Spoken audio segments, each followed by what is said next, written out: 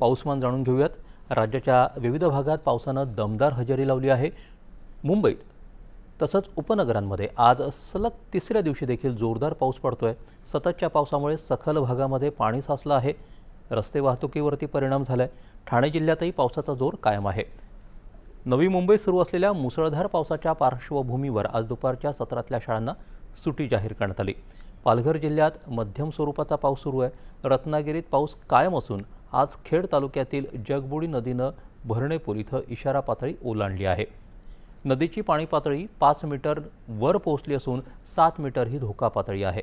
रायगड जिल्ह्यात धरण क्षेत्रात सुरू असलेल्या पावसामुळे पाणीसाठ्यामध्ये वाढ झाली आहे। अंबा नदीनं इशारा पातळी ओलांडली आहे। महाडमध्ये एनडीआरएफचं पथक दाखल झालंय। सिंधुदुर्ग जिल्ह्यात आता पुरेसा पाऊस पडत असल्यानं खरीपाच्या पेरण्यांना वेग आला आहे। कोल्हापूर जिल्ह्यातून तळ कोकणात जाणाऱ्या करूळ घाटामध्ये दरड कोसळली आहे। त्यामुळे हा घाट चारचाकी वाहनांसाठी बंद केला आहे। केवळ दुचाकी वाहनांसाठी मार्ग खुला आहे। कोल्हापुरात पंचगंगा नदीच्या पाणी पातळीत वाढ झाली आहे।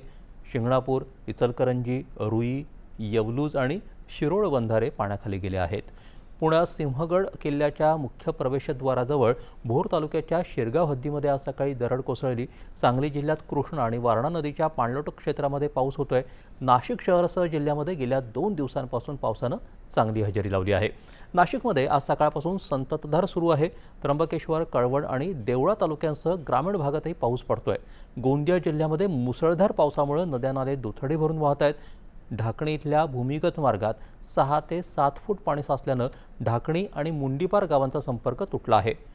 बबई कमरगाव मार्गावरील पुलावरून पाणी वाहत असल्यानं हा मार्ग देखील बंद झाला आहे। तसंच सडक अर्जुनी तालुक्यातील चुलबंद नदीला अचानक पूर आल्यानं नदीकाठच्या गावांना सतर्कतेचा इशारा देण्यात आला आहे।